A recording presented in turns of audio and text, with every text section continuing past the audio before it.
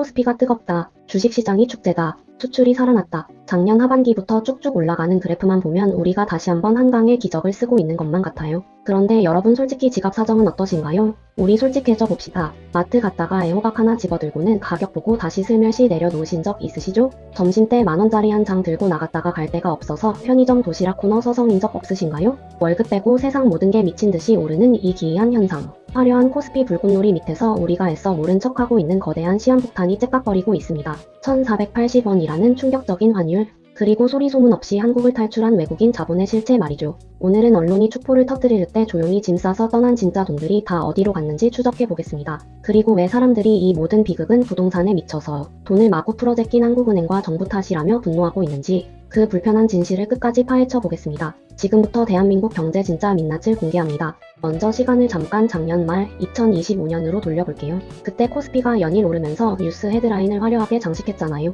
그런데 이 화려한 파티장 뒤편에서는 아주 기이하고 섬뜩한 일이 벌어지고 있었습니다. 파티의 주인이자 시장의 큰 손인 외국인 투자자들이 몰래 짐을 싸고 있었던 거죠. 데이터는 거짓말 안 합니다. 여러분, 2025년 11월 딱 한 달 동안 외국인들이 우리 주식시장에서 팔아치운 돈이 얼만지 아시나요? 무려 13조 원이 넘습니다. 물론 12월에 한 1.5조 원 정도 다시 사들이면서 다시 돌아오나?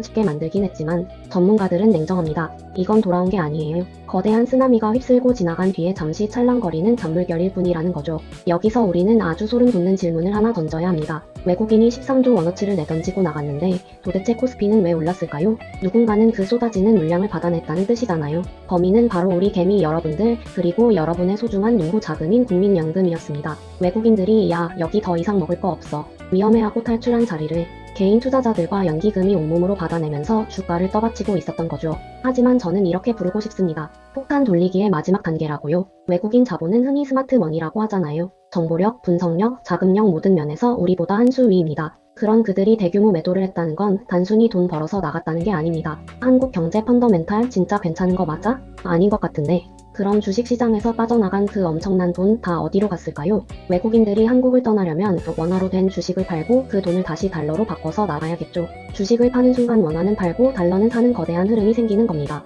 달러 사려는 사람이 줄을 서니까 달러가, 즉 환율이 폭등하는 겁니다. 지난 2025년 12월 기억하시죠? 원달러 환율이 장중에 1480원까지 위협했습니다. 2009년 글로벌 금융위기 이후, 아니 IMF 이후 우리가 겪어본 적 없는 공포스러운 숫자였습니다. 정부랑 한국은행이 깜짝 놀라서 시장에 개입했죠. 구두 개입하겠다, 국민연금이랑 스왑하겠다 난리를 쳐서 하루 만에 1430원대로 끌어내리긴 했습니다. 사람들은 안심했죠. 아, 이제 좀 잡히나 보다 하고요. 하지만 2026년 1월 현재 다시 한번 보세요. 환율은 좀비처럼 다시 살아나서 1460원 안팎에서 춤을 추고 있습니다. 이게 왜 무서운 줄 아시나요? 정부가 환율 방어하느라 쓴 돈. 그거 하늘에서 뚝 떨어진 돈 아닙니다. 다 우리 국가의 비상금, 외환 보유고에서 꺼내 쓴 거죠. 숫자로 확인해 볼까요? 2025년 12월 기준으로 우리나라 외환 보유액이 한 달 전보다 26억 달러나 줄었습니다. 7개월 만에 감소세로 돌아선 건데 줄어든 폭이 1997년 외환위기 이후 28년 만에 최대치입니다. 나라 곳간을 털어서 억지로 환율을 막고 있는데도 안 잡히는 거죠. 이건 댐에 구멍이 났는데 손가락으로 막고 있는 거나 다름없습니다. 외환 보유고가 줄어든다는 건 국가의 대외 지급 능력이 약해진다는 뜻이고 이건 곧 국가 신용도 하락으로 이어집니다. 신용도가 떨어지면 외국인은 더 빨리 더 많이 탈출하겠죠. 그런데 여러분, 외국인이 떠나는 이유가 단순히 미국 금리가 높아서일까요? 물론 미국 금리가 연 5.5%고 한국은 3.5%니까 이자 더 주는 미국으로 돈이 가는 건 당연합니다. 하지만 더 근본적이고 더 추악한 진실이 하나 숨어 있습니다. 바로 한국의 돈이 너무 흔해졌다는 거죠. 경제 용어로 M2라고 하죠. 쉽게 말해 시중에 풀려서 언제든 쓸 수 있는 현금성 자산의 총량입니다. 돈이 많아지면 돈의 가치는 어떻게 되죠? 떨어지죠. 그게 인플레이션이고 그게 환율 상승입니다. 여러 경제 분석 자료들을 종합해보면 충격적인 결과가 나옵니다. 작년 9월 기준으로 한국의 M2 증가율은 전년 대비 8.5%였습니다. 같은 기간 미국은 4.5%, 유럽은 2.5%, 일본은 1.6% 늘었어요. 보이시나요? 우리가 압도적인 1등입니다. 다른 선진국들이 긴축한다고 허리띠 졸라맬 때 우리만 혼자 돈을 미친듯이 찍어내고 풀었다는 뜻입니다. 도대체 왜 그랬을까요? 첫째, 한국은행이 금리를 안 올리고 버텼습니다. 둘째, 정부가 빚을 내서 재정을 풀었습니다. 민생회복지원금이다 뭐다 하면서 작년에만 13조 원을 뿌렸죠. 셋째, 사람들이 예금 깨서 주식 사고 코인 사느라 돈의 회전 속도가 빨라졌습니다. 이창용 한국은행 총재는 이렇게 해명했더라고요. 미국 방식으로 계산하면 우리 M2 증가율도 괜찮다. 착시 현상이 있다. 하지만 시장은 바보가 아닙니다. 계산 방식을 아무리 비틀어도 시중에 돈이 넘쳐나서 물가가 오르고 원화 가치가 쓰레기가 되고 있다는 현실은 변하지 않습니다. 정부는 경기를 살리겠다는 명분으로 돈을 풀었지만 정작 그 돈은 자산 시장으로 흘러 들어가서 거품만 키우고 환율을 망가뜨린 거죠. 자, 여기서 오늘 이야기의 가장 어두운 핵심 판도라의 상자를 열어보겠습니다. 많은 분들이 궁금해하십니다. 미국은 금리가 5.5%인데 한국은행은 왜 3.5%에서 꼼짝도 안 해? 금리 올리면 환율 잡을 수 있잖아. 왜 안 올리지? 이 질문에 대한 답이 바로 부동산입니다. 인터넷 커뮤니티 댓글창을 보면 이런 반응들이 쏟아집니다. 부동산 방어하겠다고 나라 경제 팔아먹었다.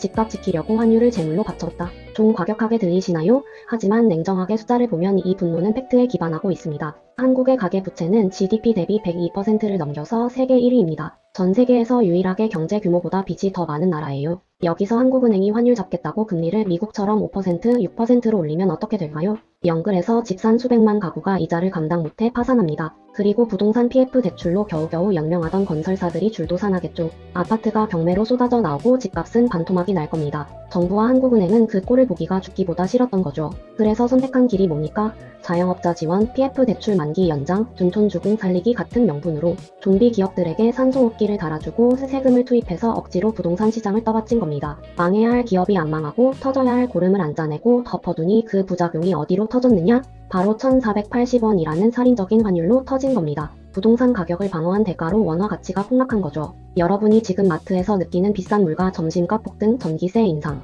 이 모든 고통은 사실 부동산을 지키기 위해 치르고 있는 청구서인 셈입니다. 자, 다시 국내로 눈을 돌려볼까요? 정부가 그토록 지키고 싶어 했던 부동산 시장의 2026년 현재 모습 어떻습니까? 언론에서는 여전히 강남 불패다, 거래량 회복된다 떠들지만 현장의 진실은 다릅니다. 부동산 시장의 혈관인 거래량을 한번 보세요. 과거 서울 아파트가 한 달에 2만 건씩 거래되던 시절은 끝났습니다. 지금은 겨우 1,000에서 2,000건 수준이에요.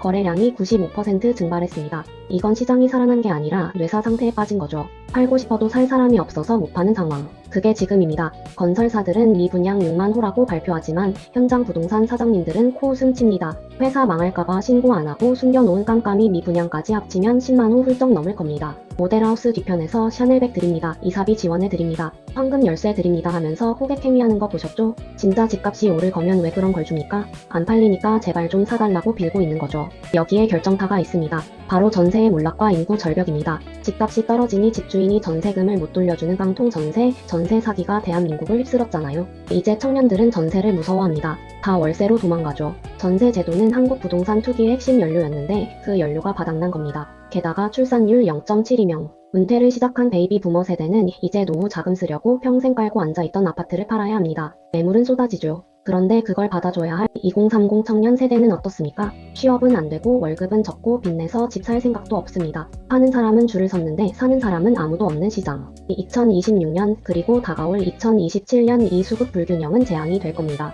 이야기 듣다 보니 가슴이 답답하고 불안하시죠? 하지만 여러분, 우리는 살아남아야 합니다. 위기를 아는 것보다 중요한 건 그 위기 속에서 내 돈을 지키는 행동입니다. 2026년 1월 이 혼란의 시기에 여러분이 반드시 실천해야 할 구체적인 액션 플랜 3가지를 딱 정해드립니다. 첫째, 자산 포트폴리오에 반드시 달러라는 방패를 만드십시오. 제가 말씀드리는 건 환율 맞추기 도박을 하라는 게 아닙니다. 내 전 재산이 원화로만 돼 있는 건 한국 경제가 흔들릴 때 내 자산도 같이 무너진다는 뜻입니다. 이건 너무 위험해요. 자산의 10% 아니 20%라도 달러 예금, 미국 국채 아니면 S&P 500 ETF 같은 달러 기반 자산으로 옮겨두세요. 환율이 1,500원, 1,600원으로 튀어오를 때 이 달러 자산이 여러분의 구매력을 방어해주는 유일한 보험이 될 겁니다. 한 번에 사지 말고 월급 날마다 조금씩 적립식으로 모으세요. 둘째, 숫자를 믿고 감정을 버리십시오. 부동산 호가 믿지 마세요. 집주인의 희망사항일 뿐입니다. PIR 지수를 보세요. 내 연봉을 한 푼도 안 쓰고 모았을 때 집을 사는데 걸리는 시간입니다. 뉴욕, 런던, 도쿄 같은 세계적인 도시들도 이 수치가 7년에서 10년 사이입니다. 그런데 서울은 아직도 15년이 넘습니다. 거품이에요. 이 거품이 빠지고 숫자가 정상화될 때까지 절대 섣부르게 매수 버튼 누르지 마십시오.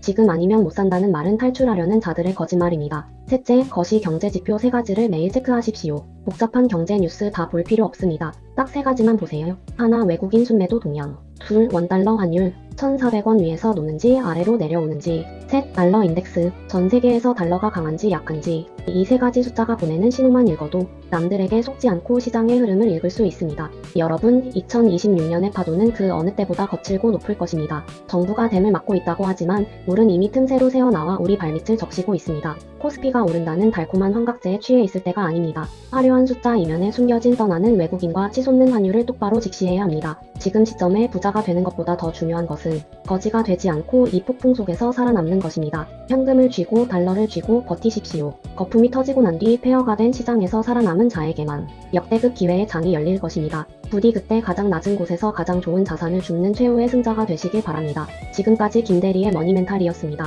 살아남으세요.